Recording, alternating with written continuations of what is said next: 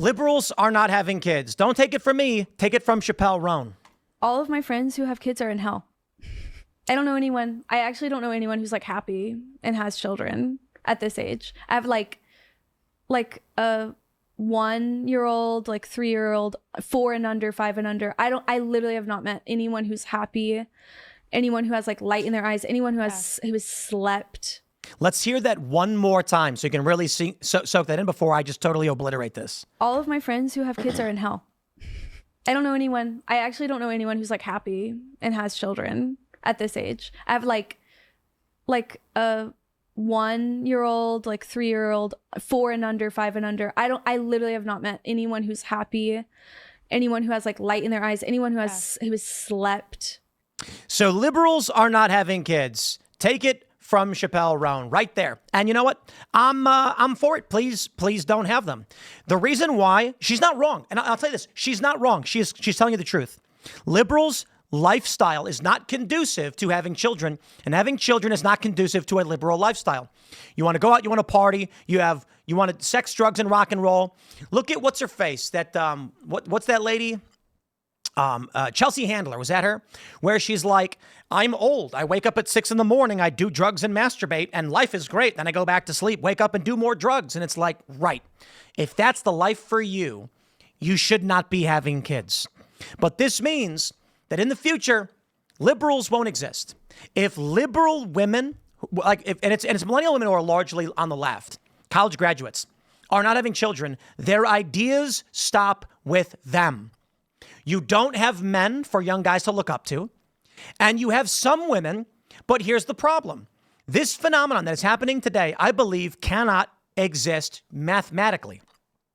Guys, largely disagreeable, are split between two groups.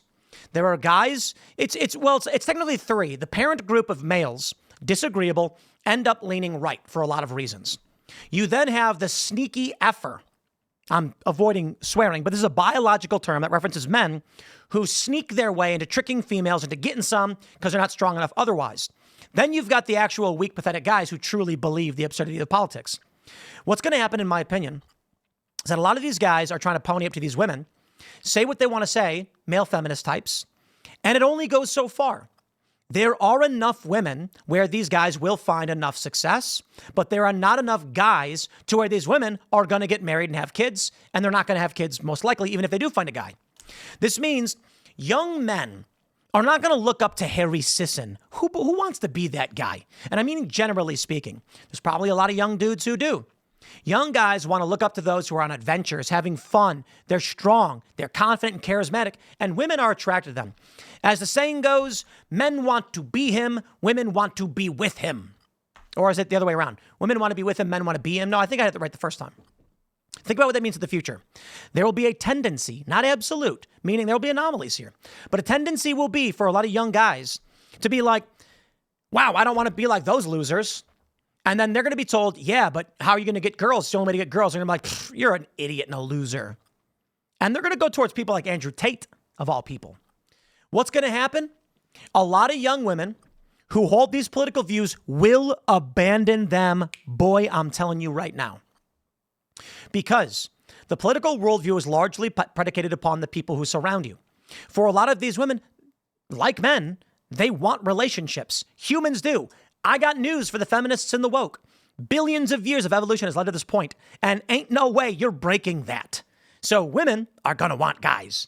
Guys are going to want women. And, you know, you've got the LGBTQ stuff going on, but it is a small, small fraction. So what happens for a lot of these women who might express publicly that I don't like Trump and I don't like this, but then they can't get a boyfriend?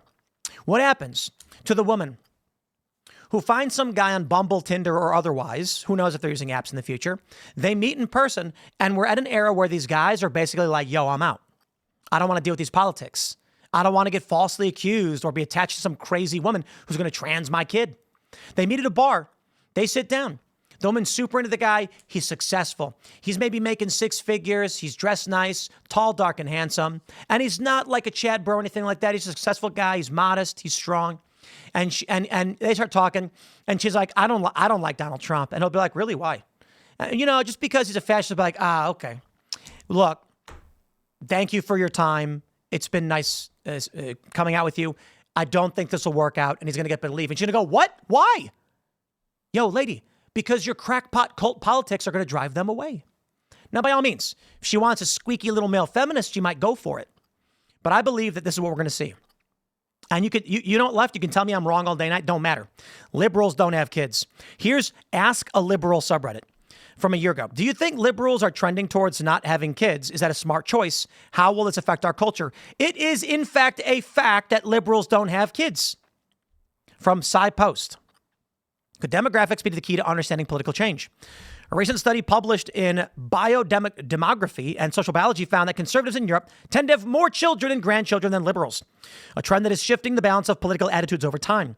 These findings suggest that reproductive behavior might play an unexpected role in shaping the political landscape. Yo, I've been saying this for years. Kids take after their parents. Now, the conservatives have been saying, yeah, but look what they're doing in schools. Fine. They just gutted the Department of Education. They're basically saying, we are not going to have our kids in these schools, so the kids are likely to hold the values of their parents. Over a long enough period of time, and I'm talking like 2 generations, it's over. Let's try right now. Yo, let me tell you, something wild to have a 24-year-old sitting in front of me on my show talking politics. It's something wild. Now you might say, what do you mean, 24-year-old? Yeah, because when I started doing this, that 24-year-old was 10 years old. 10 years old. So I'm 25. Actually, not even when I started doing this. Holy crap, I'm 39. I started doing all this work a long time ago. But the big break, of course, I was 25 and it's during Occupy Wall Street. 25 years. Can you believe it? 14 years ago, my friends. That 24-year-old was 10 years old. Yeah, wait, did I get it right? Right, yeah, 14 years ago. So I was 25 and at 24. Okay, so I was right the first time. Is 10 years old. They're worrying about dolls. Heck, 5 years later, I'm 30, traveling the world covering these stories. They're 15. They're still just talking about punk rock music and whatever the kids are into these days, or were at the time. I'm 35. Now they're 20 years old.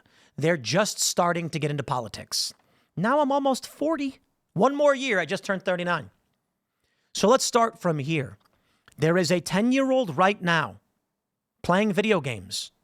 In 10 years, they will be sitting on my show. I will be old. I will be 49 being like, kid, I've been doing this longer than you've been alive. And they're going to be talking about their ideology and the views they have. But guess what? Conservatives in the United States and in Europe are having more kids than liberals, which means it might only be 10 more years. It might be 20 years.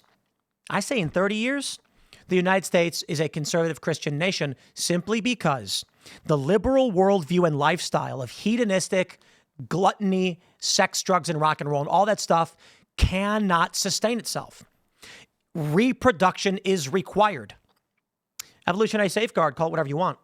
I look at what the liberals offer up, and I view it largely like a mutation in social evolution versus physical evolution. And what is that mutation? So a random change occurs. They usually suck, and they're bad. Sometimes they're beneficial.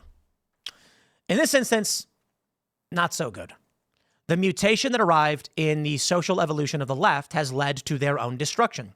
So if a creature has an offspring that doesn't grow legs, probably going to die if it needs them. But let's say that there is a fish and it has an offspring that doesn't actually have flippers or fins. Instead, it has little nubs. Maybe it'll die. But this fish lives close to the shore. That fish is able to move on sand much more easily with those nubs. Those fish exist, actually. It's pretty interesting. Sometimes the mutations actually leap forward and progress. It's actually quite interesting. But take a look at all this. The success narratives of liberal life leave little room for having children. Yeah. The narrative is there, my friends. Chappell Roan nails it. I say by all means, don't have kids, liberals. We don't want you to. Because, and conservatives should agree. You know, many conservatives are going to say, no, Tim, they should, what do you want them to do? Have abortions? Come on. I say they should don't have kids. Use your birth control. Don't have your kids. Don't get abortions. Do your thing. Whatever you got to do. And the people who know they want to have kids should have kids. But let me just address this to Chappell Roan. She does say people my age. Okay, fair point, fair point. Let's pull up her age and make sure we get How old? She's 27. She's 27 years old. And she's like, people my age don't like kids. Wow. I thought she was going to be younger than that. Dude, I got to tell you, I just had a kid. Everybody knows it. And anybody, and almost everybody else has a kid. It's amazing. It is fascinating. So our baby is now noticing things. It's funny. I made that joke and everyone's like, oh, Tim, don't do it. She's noticing. She's noticing. She's looking around at things. She's tracking things with her eyes. We're really impressed, actually, because they say tracking doesn't start for 2 months, but our baby's doing it at 1. It's very fun. Holding my hand over and she's looking at my finger, moving around, and I'm like, let's go. And it's hilarious. I love it. So these people who are saying, like, no one's actually happy. Yeah, it's because you live a hedonistic lifestyle. Me, I work on projects. I have goals. And I've got a wife, and we care. We want to have kids, and we love and are entertained by the growth of our child, and it's only been a month. Light in their eyes. Yeah, it's because, I don't know, man, they're amoral degenerates. They didn't have kids on purpose. They had kids on accident, likely. The ones that did were like, I only did this because people said you're supposed to do it, and that's never what they wanted to do. They just want to go out and party. Me, I don't want to do that. I want to build something. That means having kids, and I love it. It's fun. But I would say this, if you're not going to enjoy it, I say they don't have kids. Conservatives have kids. I'm going to wrap it up there, my friends. Stay tuned. We got more segments coming up, and we will see you all in a bit.